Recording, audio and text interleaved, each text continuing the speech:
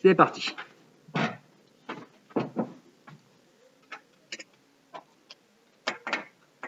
Vous arrivez bien à voir sur le bureau, mais, enfin sur le tableau, même si c'est éteint? Voilà, parce qu'on en a parlé hier, il semblerait que la présence des néons gêne quand on regarde le film. Donc, on va terminer, parce qu'il me semble qu'on n'a pas tout à fait terminé l'application que je vous avais donnée. Et ensuite, on va passer sur le cours qui correspond à ce qu'on a vu en TP, c'est-à-dire les lentilles convergentes. Est-ce que je m'étais arrêté dans la correction de l'exercice?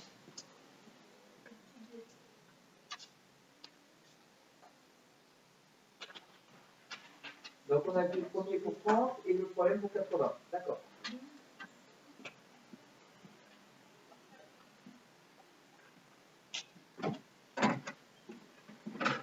Donc, vous vous rappelez l'idée? On étudie le passage de la lumière, de l'air, d'indice N1 égale à 1, dans le verre, d'indice N2 égale à 1,5.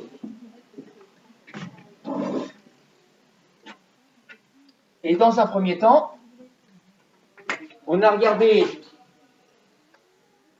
le rayon lumineux qui arrivait de l'air et qui passait dans le verre, et on avait vu que à un angle I égale 30 degrés, correspondait à un angle T de 19,5. Et puis quelque part, je vous ai dit, on inverse le sens de la lumière, c'est-à-dire que je mets un miroir ici. Enfin, il y a plusieurs autres solutions. Je mets un rayon laser, enfin, on peut imaginer plein de choses. Mais l'idée, c'est que je mets un miroir ici et je renvoie la lumière par là où elle est arrivée. Donc, je me place avec un changement de milieu en faisant bien attention que comme ça change les milieux, ça change les indices. Et donc ça, c'était la question petit a. Et on avait vu que dans ce cas-là, en réappliquant la formule sinus t égale n1 sinus i sur n2, mais ce coup-ci, n1 c'est 1,5, puisque mon rayon incident c'est celui qui est là. Et donc ici, j'avais un i égale 19,5. Ça va, tout le monde y est bien? Donc en faisant ça, j'avais 1,5 que multiplie sinus de 19,5 que divise 1, et ça m'amenait à un petit t qui est égal à 30 degrés. Autrement dit, quand je renvoie la lumière dans l'autre sens, eh bien la lumière reprend exactement la même trajectoire qu'à la ligne. Je vous avais pas fait écrire de propriété pour l'instant. On avait juste expliqué ça. Des questions sur cette partie-là? Ça va, c'est clair pour tout le monde? Alors, la deuxième partie, je prends un angle de 80 degrés. Autrement dit, ma lumière qui est dans le verre, elle est là, hein, on est bien d'accord. Ça fait ça. Et avec un angle ici, I égale 80 degrés. Donc quelque chose de déjà très fortement incliné. Et je veux le calcul de l'angle T. Donc pour ça, on fait comme d'habitude. On applique la deuxième loi de Descartes.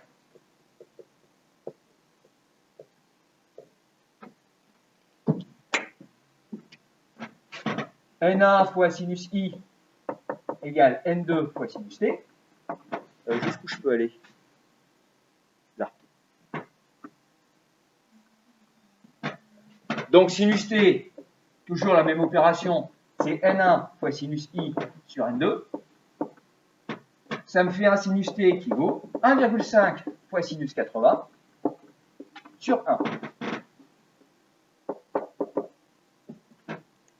Et là, on tombe sur combien? 1,3 ou quelque chose comme ça? 1,5? Merci. Ça fait 1,5. Et là, quand vous faites comme d'habitude, c'est-à-dire t égale arc sinus de 1,5, la machine vous dit d'une manière ou d'une autre que c'est impossible. Et c'est vrai que c'est impossible. Pourquoi c'est impossible? Oui? Juste là, déjà. C'est pas au-dessus de 0 qui est impossible. C'est au-dessus de combien? Ouais, c'est au-dessus de 1. Ouais. Un sinus, c'est toujours compris entre moins 1 et 1. Quelle que soit la valeur de l'angle, c'est toujours compris entre moins 1 et 1. Donc un sinus égal à 1,5, ça n'est pas possible. Pourtant, on n'a fait aucune erreur. Hein. Donc, vous vous rappelez la question que je voulais poser en 3 étapes, c'est trouver la valeur de l'angle de réfraction. Deuxièmement, quel problème se pose-t-il? Ben là, le problème, c'est ça. Le problème est que la valeur de sinus t est supérieure à 1, donc c'est impossible. Vous le mettez ça dans la résolution de l'exercice? On a un sinus t supérieur à 1.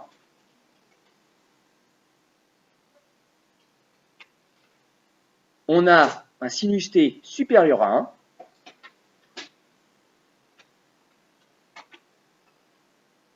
Mathématiquement, c'est impossible. On a un sinus t supérieur à 1. Mathématiquement, c'est impossible.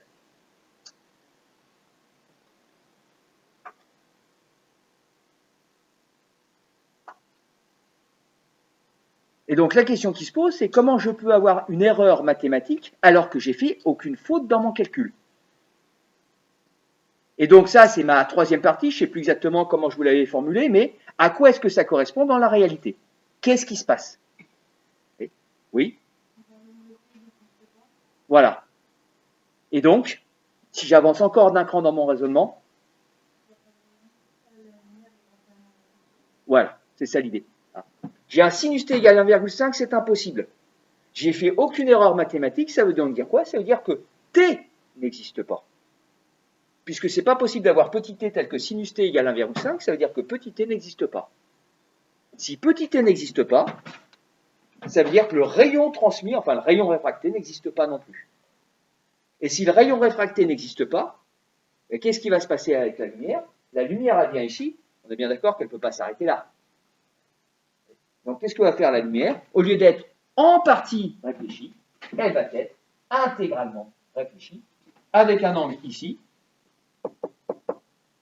qui vaut 80 degrés. Donc on traduit ça en disant dans la réponse à l'exercice que le rayon réfracté n'existe pas, la lumière est entièrement réfléchie.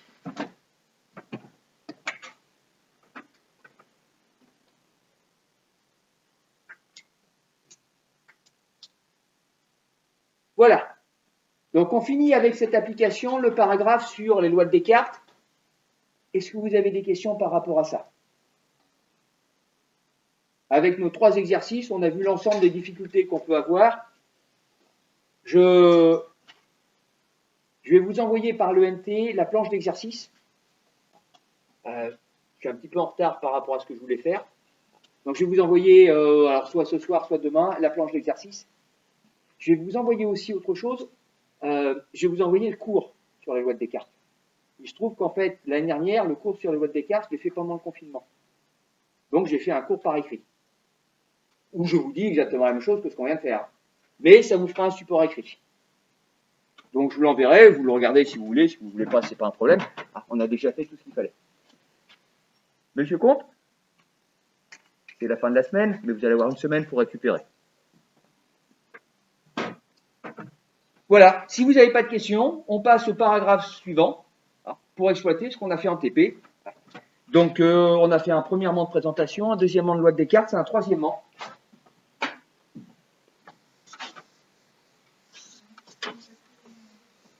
C'est un quatrièmement?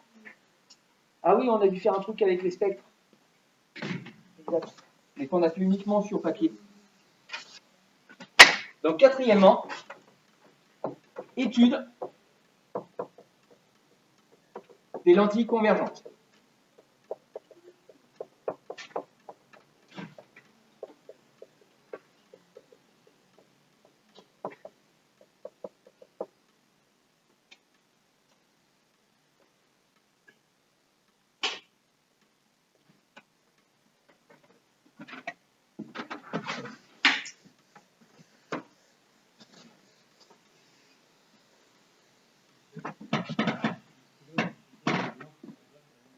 Oui, allez-y.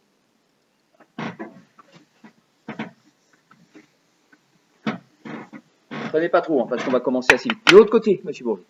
Voilà.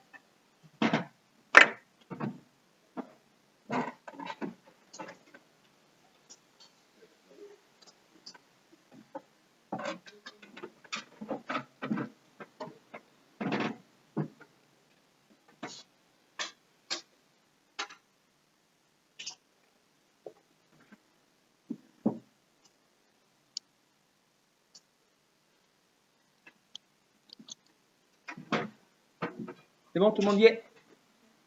Alors, on va faire un travail en 3 étapes.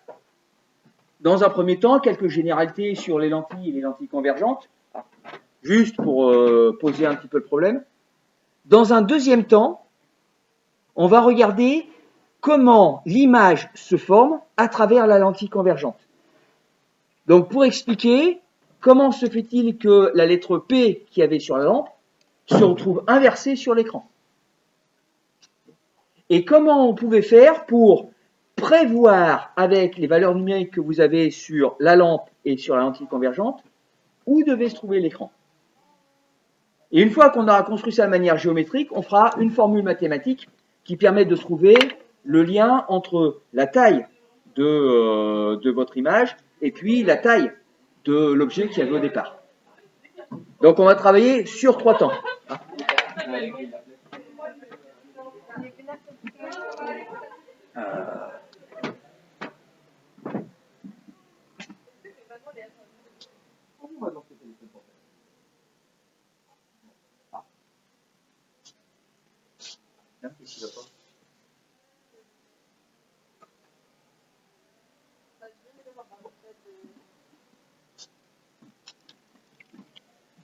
Donc, vous l'avez vu en TP, qu'est-ce qui caractérise... Alors déjà, qu'est-ce que c'est qu'une lentille?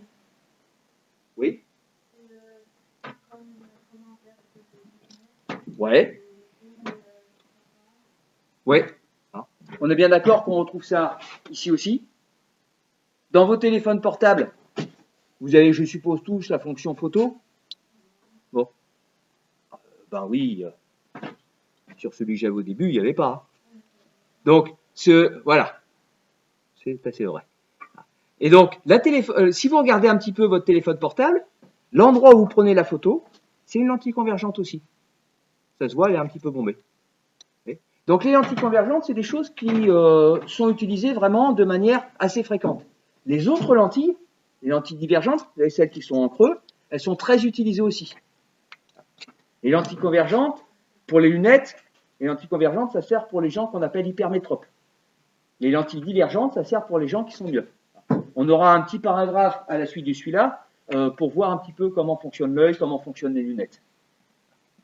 Donc, une lentille convergente. Déjà, une lentille, c'est quelque chose qui va canaliser les rayons lumineux de manière à les faire arriver à l'endroit que l'on décide.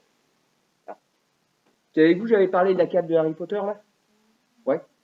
Donc, grâce à des lentilles de formes différentes, nous, on va voir que les formes simples, mais grâce à des lentilles de formes différentes, on peut obliger la lumière à suivre une trajectoire qui nous intéresse. Et donc, la vraie définition des lentilles, c'est ça. Donc, vous notez ça? Une lentille, donc c'est une définition. Une lentille est un objet en verre. Une lentille est un objet en verre qui sert à canaliser la lumière,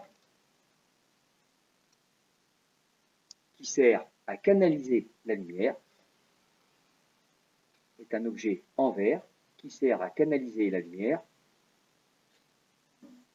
dans la direction que l'on souhaite.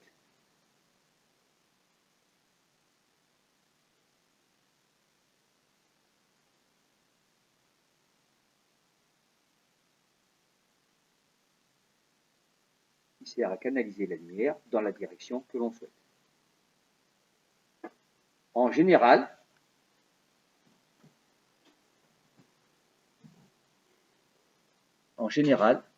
la surface des lentilles,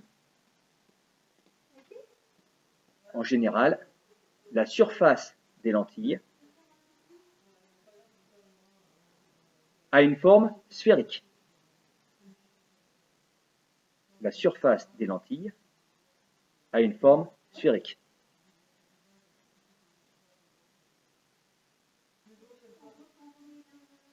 Alors attention, hein, vous vous rappelez qu'une lentille, c'est à deux surfaces, devant et derrière. Pardon? Et une forme sphérique.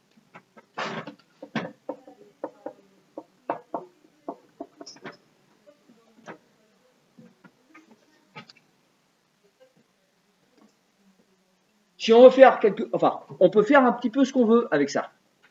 Et vous avez des lentilles, quand on regarde dans des appareils photo, on a des lentilles qui sont parfois avec des formes un peu bizarres. Nous, on va prendre la lentille que vous avez étudiée lundi. C'est-à-dire la lentille convergente, où la partie sphérique de la face avant est symétrique à la partie sphérique de la face arrière. C'est-à-dire qu'en gros, une lentille convergente,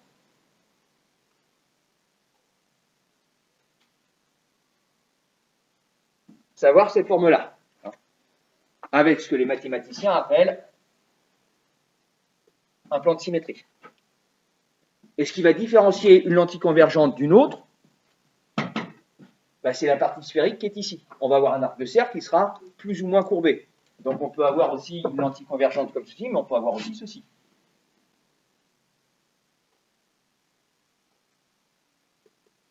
Quasiment une sphère. Ça, c'est vraiment un petit peu lié à ce que l'on veut obtenir. Plus ce sera sphérique, donc plus elle sera entre guillemets grosse, plus ça va canaliser les rayons lumineux de manière rapide. Donc ça va les faire envoyer sur un point de manière proche de la lentille. Plus la lentille est relativement plate, plus votre lumière va se canaliser, mais loin de la lentille. Voilà, globalement, c'est l'idée. Pas de questions là-dessus? Donc vous me le notez sur la définition. On étudie les lentilles convergentes.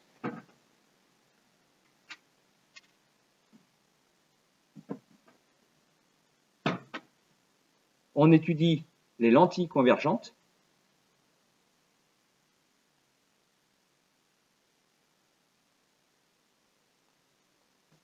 Dont les faces sont symétriques. On étudie les lentilles convergentes dont les faces sont symétriques.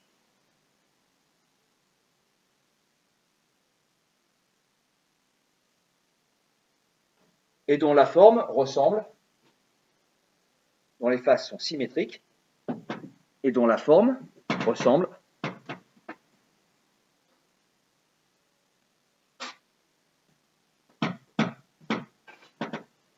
vous faites ce dessin-là, qui est quand même ça, c'est assez peu fréquent. Vous faites au mieux. Oui? Pardon? Oui. Ah, la lentille est comme ça.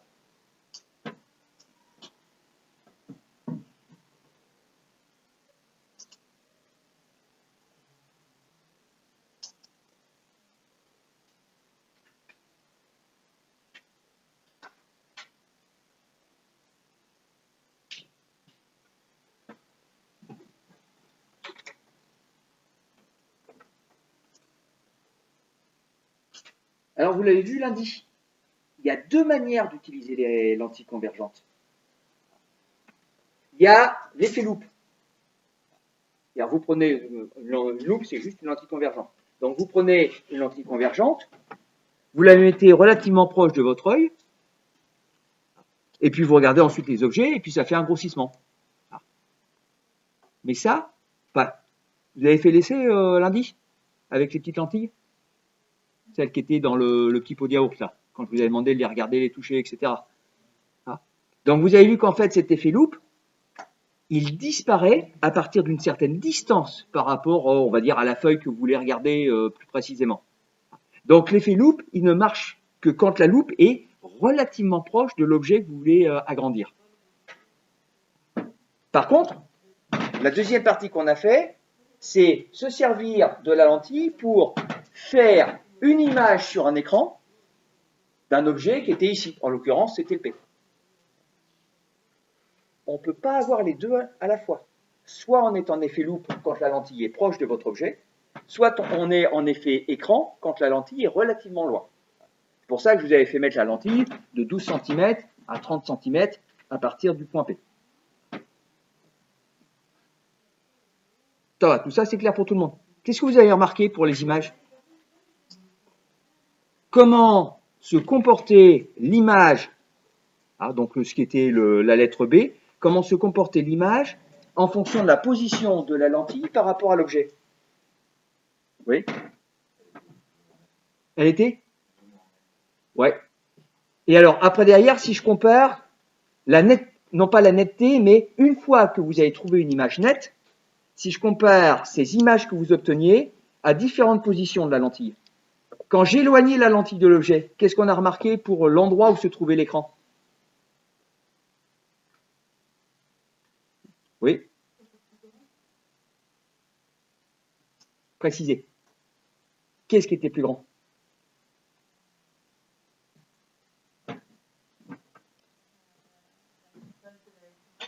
Ouais. Alors, ce dont il faut vous souvenir, c'est que plus j'éloignais ma lentille, plus l'écran se rapprochait de la lentille pour avoir une image nette. Vous vous rappelez, à 12 cm, donc la première mesure que vous avez faite, vous avez trouvé une image qui était en gros à 50 cm. Certains l'ont trouvé à 60, d'autres l'ont trouvé à 40. Enfin, en gros, on va dire que c'est une valeur moyenne de 50 cm.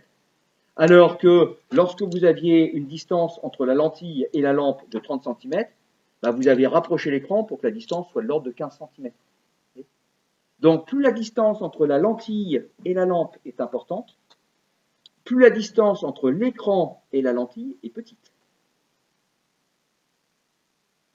Et en même temps, quand vous mettiez la lentille assez proche de la lettre P, votre écran était assez loin, et donc du coup la lettre P était assez grande. Et sur la dernière valeur, je ne sais pas si vous vous souvenez, la lettre, l'image, ne faisait même pas 1 cm de hauteur.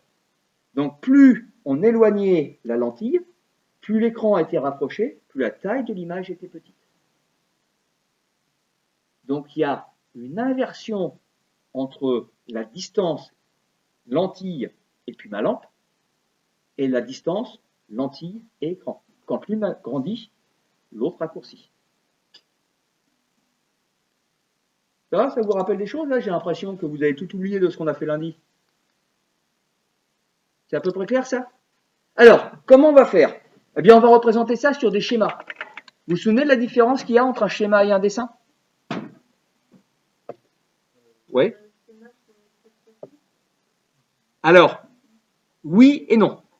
C'est-à-dire qu'effectivement, ce sera plus précis. C'est le but du jeu, c'est qu'il soit plus précis. Mais par contre, il faut qu'on s'entende sur le mot précis. C'est-à-dire que sur un schéma, je vais faire très attention à la précision des positions, des mesures, de l'idée qui est importante. Mais qu'est-ce que je vais faire essentiellement comme différence entre le schéma et le dessin? Oui. Ouais. Ouais. Mais ça, quelque part, je pourrais le faire avec un dessin aussi. Ouais. Voilà. Un dessin, vous essayez de représenter ce que vous voyez. Un schéma, vous représentez l'idée de ce qu'on fait. Ça, c'est un schéma d'une lentille convergente. Ça ressemble un petit peu à peu près, aussi bien que je sois capable de dessiner, c'est-à-dire pas terrible, mais ça représente à peu près la forme de la lentille. Quand on va faire un schéma, on va représenter la lentille de manière la plus simple possible pour s'intéresser non pas à la manière dont est la lentille, mais comment elle conduit la lumière pour pouvoir prédire où est l'image. Et donc, si ça, c'est le dessin de la lentille convergente, le schéma est donc le symbole de la lentille convergente, c'est ça. On ne s'embête pas avec la forme bombée ni quoi que ce soit. On fait un trait et on met au-dessus deux flèches qui, quelque part, correspondent au début qu'il y a là et là. Donc voilà comment on symbolise sur le travail que l'on va faire la lentille convergente.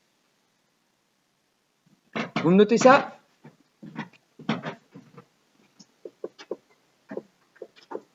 Donc, quelque part, à côté du dessin que vous avez de la lentille, vous mettez le symbole de la lentille convergente.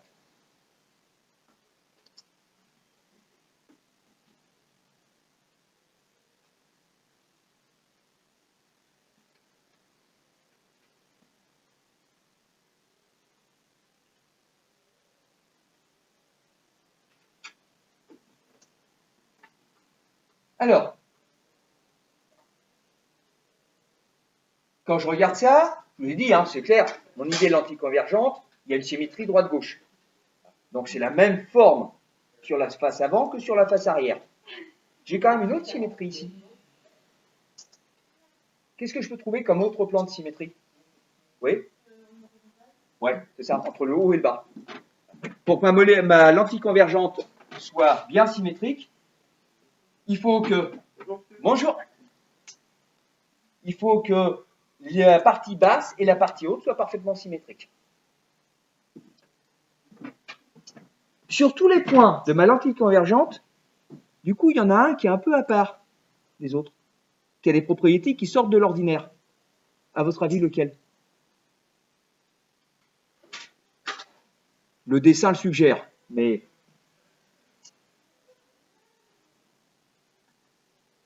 Non? Pas d'idée? Le centre.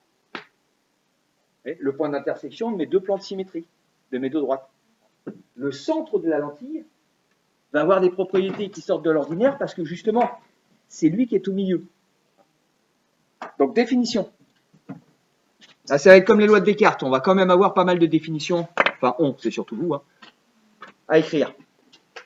Donc, définition, et attention, celle-là est importante parce qu'elle a beaucoup de conséquences pratiques. On appelle centre optique. Là, je vous ai mis optique au tableau, au cas où. On appelle centre optique le milieu de la lentille convergente. On appelle centre optique le milieu de la lentille convergente.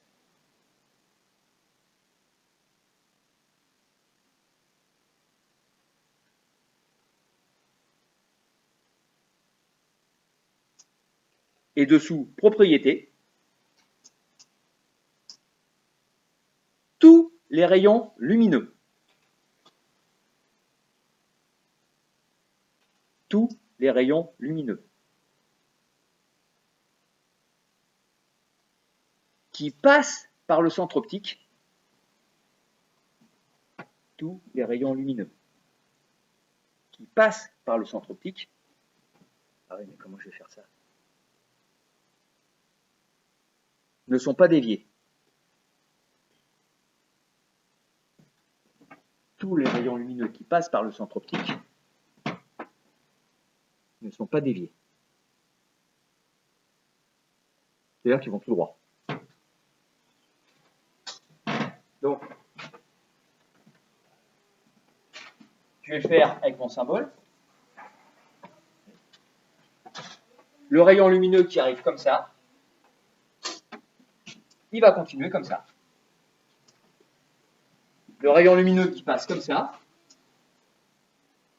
il va continuer comme ça.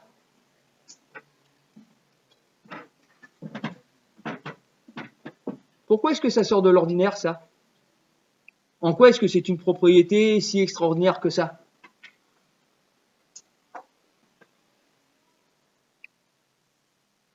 Le vendredi soir, hein? Oui, c'est ce que je vois. Si je reprends non pas le schéma, mais le dessin de ma lentille convergente, on est bien d'accord, hein? L'idée c'est ça, c'est ma lentille convergente. En gros, ici, j'ai le milieu, et je suis en train de vous dire que si j'ai un rayon qui passe comme ceci, il arrive là, et hop, il passe tout droit. C'est ça que je vous dis, hein? Oui? Ouais, et donc? Qu'est-ce que je devrais avoir là? Qu'est-ce que je devrais avoir ici et là? Paragraphe précédent. On est bien d'accord, j'ai la lumière qui passe de l'air dans le verre. Et puis ensuite, ici, j'ai la lumière qui passe de verre dans l'air. Donc les lois de Descartes devraient s'appliquer. Si les lois de Descartes doivent s'appliquer, normalement, quand je passe de l'air dans le verre, je dois avoir une déviation. Et puis quand je passe du verre dans l'air, je dois avoir l'autre déviation, mais en sens inverse. Donc je dois avoir plein de déviations. À votre avis, pourquoi c'est pas dévié? Même s'il faut reconnaître que sur mon dessin, c'est pas terrible. C'est parce que j'ai beaucoup de mal à dessiner un arc de cercle assez régulier. Oui.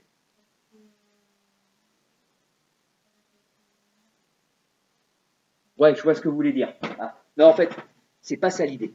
L'idée, elle est plus simple que ça. Rappelez-vous ce qu'on a écrit au dernier paragraphe.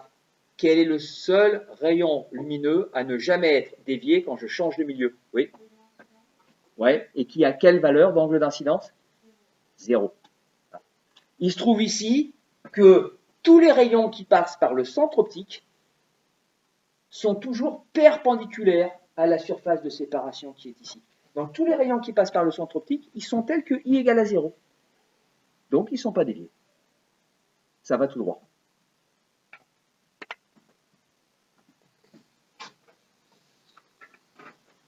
Voilà. Alors,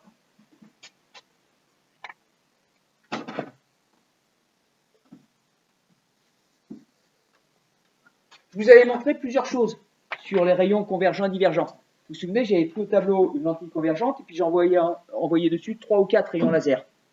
Ça vous rappelle quelque chose? Ouais. Qu'est-ce qu'ils faisaient après ma lentille, les 3 ou 4 rayons laser? Ouais.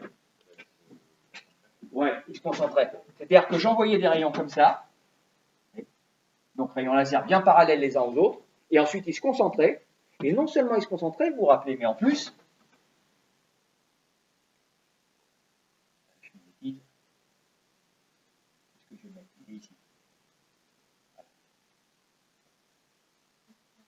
se croisaient, et ils se croisaient au même point. Donc effectivement, ça se concentrait ici sur un point, puis après, forcément, ça se redispersait. Ce point-là, je vais lui donner un nom. Je vais l'appeler le point focal. Point focal, pourquoi? Alors, vous connaissez peut-être le verbe focaliser. Ça vous dit quelque chose? Voilà. C'est pour ça qu'on parle de point focal, c'est là où la lumière focalise.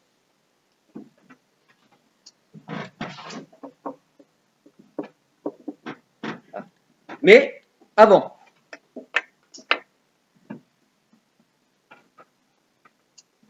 d'arriver à ça, je vais introduire plusieurs petites choses.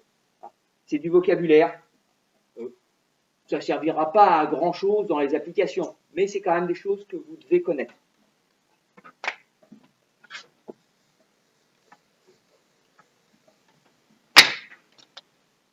Je vous montre l'ensemble des choses.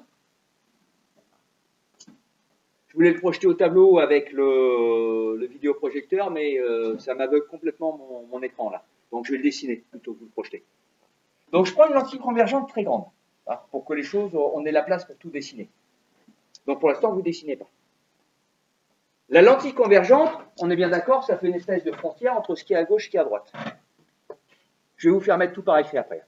Je vais toujours supposer que la lumière vient de la gauche. Donc, j'ai une source lumineuse quelque part par là, dont je ne me préoccupe pas. C'est l'équivalent de la lampe dans le TP. Et cette source lumineuse va m'éclairer un objet. Dans le cas du TP, l'objet, c'était, vous vous rappelez, une espèce de petite lentille transparente avec un P écrit dessus. Ça peut être n'importe quoi, là aussi. Je m'en moque, je vais en reparler tout à l'heure. Mais voilà, la lumière vient de la gauche, touche un objet, et je regarde l'image de cet objet de ce côté-là. On va, comment on veut dire ça, couper l'espace en deux.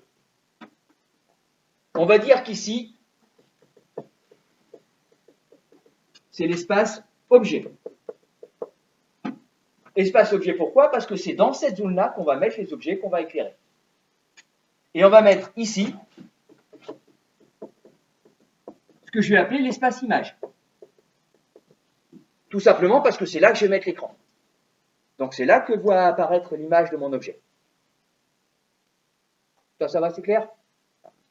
On va faire aussi un petit peu la même chose qu'on avait faite pour la droite normale.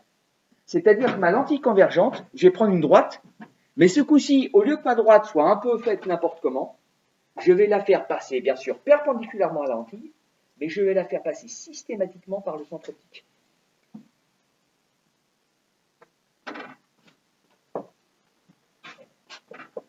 Donc ça, ouais, c'est à peu près bon. Ça, Je vais l'appeler O, hein, tout simplement. C'est mon centre optique. Et ça, ben, au lieu de l'appeler droite normale, on l'appelle axe optique. Parce que c'est là qu'il y a le centre optique. Et puis, le point dont je vous parlais tout à l'heure, celui où tous les rayons lumineux qui arrivent parallèles entre eux convergent, c'est le point focal, et il est quelque part par là. Je vais l'appeler F'. C'est le point focal. On va voir tout à l'heure qu'il a son symétrique de ce côté-là. À votre avis, pourquoi il a son symétrique? N'allez pas chercher un truc compliqué, hein, c'est vraiment tout bête. Pourquoi il y a forcément le même de ce côté-là? Qu'est-ce que je vous ai dit pour la forme de la lentille? Ouais. Ouais, elle est sphérique et je vous dis elle est symétrique par rapport à son axe. Autrement dit, la face avant, je vous ai dit, c'est la même que la face arrière. Donc si la face avant, c'est la même que la face arrière, ça veut dire que ce qui est à droite, c'est la même chose que ce qui est à gauche. Donc toutes les caractéristiques que je vais avoir là, je vais les retrouver ici. Là, je vais l'appeler F, c'est pour ça que celui-là, je l'ai appelé F', c'est avec le point focal aussi. C'est l'autre, c'est celui de l'autre face. Focal. Sauf qu'au niveau du vocabulaire, je suis embêté, j'ai un même mot pour deux points différents. Donc on ne va pas s'embêter, on va travailler ici. Là, on va dire que c'est point focal objet, parce que c'est celui qui est dans l'espace objet. Et là, je vais l'appeler point focal image, parce que c'est celui qui est dans l'espace image. Est-ce qu'il y a besoin de mettre ça par écrit, ou est-ce que vous pensez que le schéma va suffire pour définir les choses? Le schéma, je pense qu'il est suffisamment clair. Allez, prenez-moi ce schéma-là.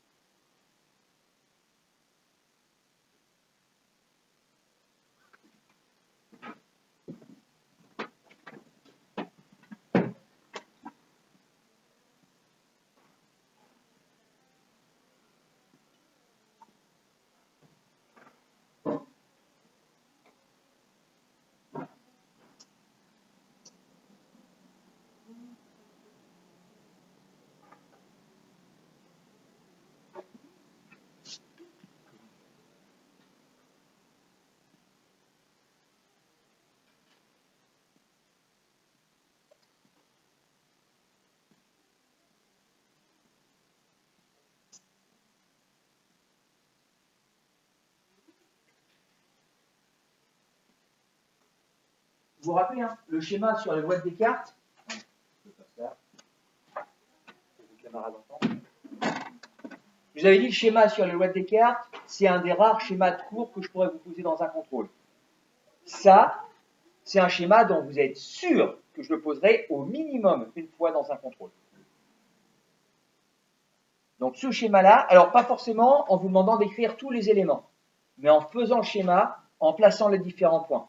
Les noms, je vous demanderai peut-être que je ne vous le demanderai pas, ça dépendra. Et ce schéma-là, vous pouvez être sûr que ça va être au contrôle.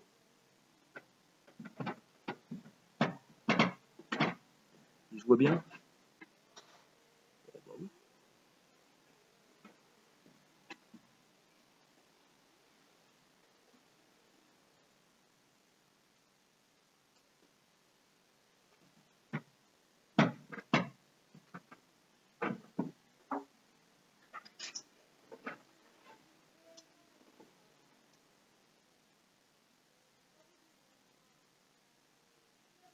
Tout le monde se souvient de ce que j'ai dit au tout début du cours? Qu'est-ce que je vais chercher à faire? Oui? Une? Ouais. Avec quel objectif? que je vais chercher à faire, c'est, je vais mettre ici un objet, je vais le mettre à un endroit donné, ça va dépendre des applications, et je vais vous demander de dessiner sur ce schéma où doit se trouver, de l'autre côté, l'image de l'objet. C'est-à-dire, où est-ce que je dois placer mon écran pour avoir l'image nette. Ça va être mon objectif.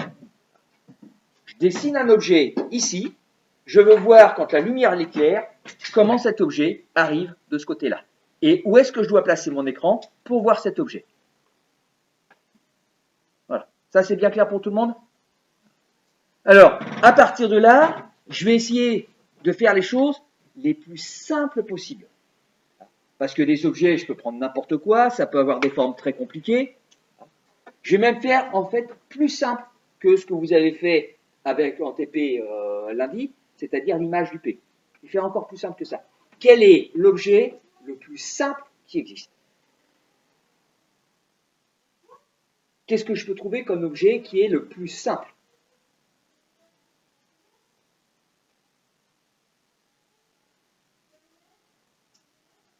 À défaut d'autre chose, c'est une bonne question. Qu'est-ce que je peux... Alors, je vais le tourner d'une autre manière. Qu'est-ce que je peux dessiner comme objet qui soit le plus simple possible à dessiner? Il y a déjà un trait, ouais. Pardon? Ouais, donc un espèce de trait à la règle, mais il y a encore plus simple qu'un trait. Ouais, un point. L'objet le plus simple à dessiner, hop, c'est ça. Voilà, j'ai fini. Et quelque part, c'est ça qu'on va faire. On va combiner les deux. Effectivement, on va retrouver ce que dit Monsieur Comte, c'est-à-dire que je vais prendre comme objet un trait. Mais par contre, comme je vais prendre comme objet un trait, je vais chercher l'image d'un point de ce trait. Et les autres, je vais les déduire. Oui. On va retrouver quelque chose qui est comme ça, parce qu'effectivement, on va travailler sur la hauteur et sur la longueur. On va travailler essentiellement quand même sur la longueur, mais on va travailler aussi sur la hauteur. Donc, vous notez ça. On va rechercher l'image. On va rechercher l'image d'un objet le plus simple possible. On va rechercher l'image d'un objet le plus simple possible.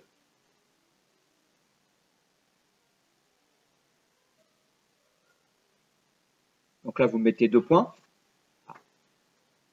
Et attention de ne pas vous tromper entre les 2 points et puis ce qui va arriver après. Donc, d'un objet le plus simple possible, 2 points. Un point à l'extrémité d'un trait. Un point à l'extrémité d'un trait.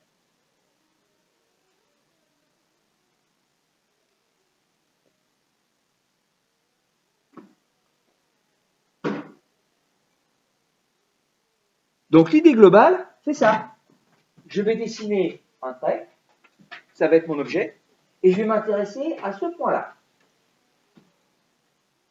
Et je vais supposer que celui-là, il est sur l'axe optique. Donc je vais faire ça.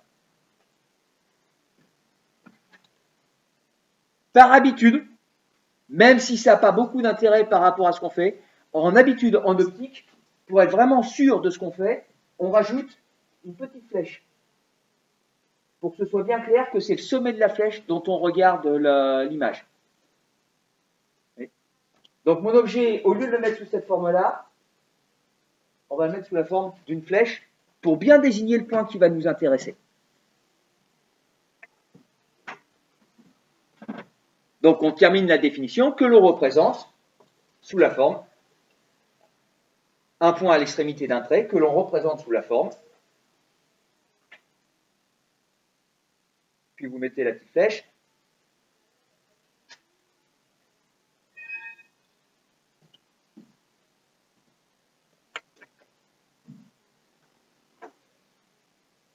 Oui, une question, monsieur Bourgeon? Donc, que l'on représente sous la forme, et là, vous me dessinez la flèche là. Là, ici, on va l'utiliser après.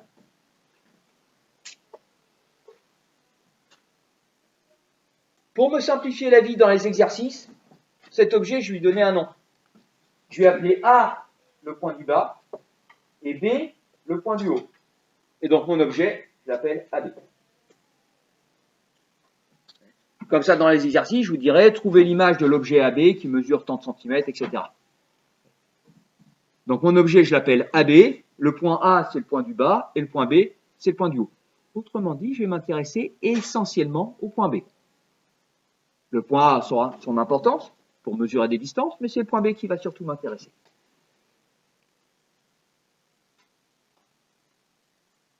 Alors, on va voir un certain nombre de règles de fonctionnement. Première règle, donc première propriété si vous préférez.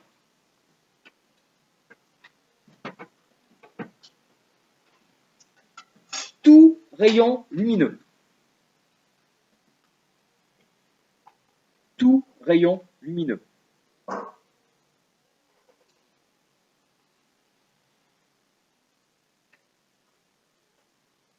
Qui passe par un point de l'objet. Tout rayon lumineux qui passe par un point de l'objet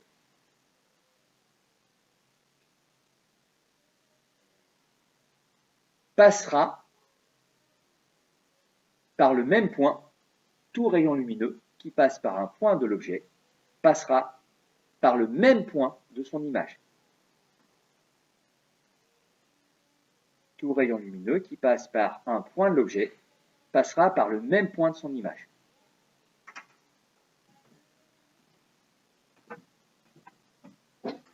Concrètement, qu'est-ce que ça veut dire? Ça veut dire que si j'ai un rayon lumineux qui éclaire l'objet et qui passe par le point qui est à l'extrémité de la flèche, dans mon image, ce rayon lumineux, il passera par l'extrémité de la flèche qui correspond à l'objet. Si je prends l'exemple de ce que vous avez fait lundi, vous avez un P qui se transformait à l'envers en B, et bien les rayons lumineux qui passaient par la base du P, c'était des rayons lumineux qui étaient déviés et qui passaient par le haut du B. Donc par la base du P au niveau de l'image. Donc quand je passe par un point de l'objet, j'arrive sur le même point de l'image. Ça veut dire que mon image, elle est comment par rapport à l'objet? Vous vous rappelez au tout début, quand je vous ai fait venir pour vous présenter le matériel, je vous ai dit que sur la lampe, il y avait un P, et sur l'écran, il y en a qui m'ont dit qu'il y avait un B. C'est vrai que ça ressemblait à un B. Et moi, j'ai dit, c'est pas un B, c'est un P à l'envers. Ce qui voulait dire quoi? Oui. Alors, l'image sera retournée, ça, on va le montrer. Mais plus simple que ça encore. L'image aura la même forme que l'objet. Si mon objet c'est un P, mon image ce sera un P. Un P qui sera à l'envers, un P qui sera peut-être en diagonale, mais ce sera un P. Si mon objet c'est une flèche, mon image ce sera une flèche. Si mon objet c'est un arc de cercle, mon image ce sera un arc de cercle.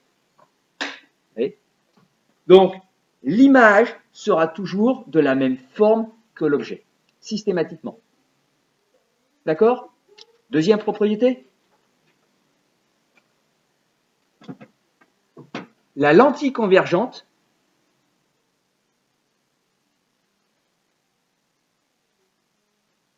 ne déforme pas. La lentille convergente ne déforme pas la trajectoire de la lumière. La lentille convergente ne déforme pas la trajectoire de la lumière.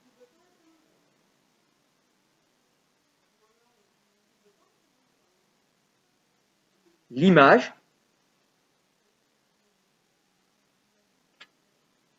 aura toujours la même forme que l'objet. L'image aura toujours la même forme que l'objet.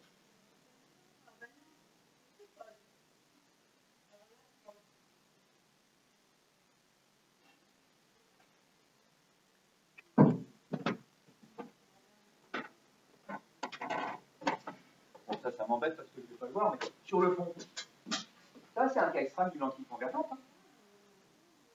On est bien d'accord, ici ce que j'ai, c'est deux plans. Un plan, qu'est-ce que c'est? C'est une sphère que j'ai redressée. Donc là, on a bien une image, la lumière qui vient dans nos yeux, qui est conforme à l'objet qui est là-bas. D'accord sur l'idée? Le contraire, c'est quoi? Alors, le contraire, ce que j'ai comme exemple, c'est à peu près le seul que j'ai. Est-ce que vous avez déjà vu ces espèces de vides qu'on met sur les, quand on prend des bacs à douche? Parfois, dans les bacs à douche, vous avez des trucs de plastique qui sont autour pour éviter que l'eau aille n'importe où. Ça vous dit quelque chose? Et de temps en temps, ces bacs à douche, pour qu'on ne voit pas la personne qui soit dans la douche, au lieu d'avoir du plastique tout simple, on a du plastique qui est un petit peu, enfin, qui est pas complètement plat. Ouais, ça vous dit rien du tout. Bon, on va laisser tomber. Ça sert à rien. Alors, je reprends mon idée. Je vais placer mon objet quelque part.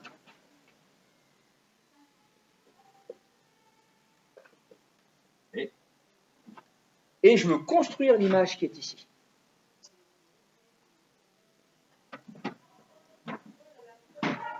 Déjà, et c'est pour ça que je vous ai dit qu'on va travailler avec les choses les plus simples possibles, si mon objet c'est une flèche, c'est-à-dire que mon image ça va être quoi? Une flèche. Si le point A est sur l'axe optique, l'image du point A elle est forcément où? Sur l'axe optique aussi. Autrement dit, je n'ai besoin de chercher que l'image du point B, parce que le reste, je l'ai en réfléchissant sur le fait que c'est une flèche qui part de l'axe optique. Vous voyez? Et donc, je vais construire mon image sur ces principes-là. Donc, on verra ça mardi. Alors, je répète, on verra ça mardi, mais pour vous, ce sera mardi soir.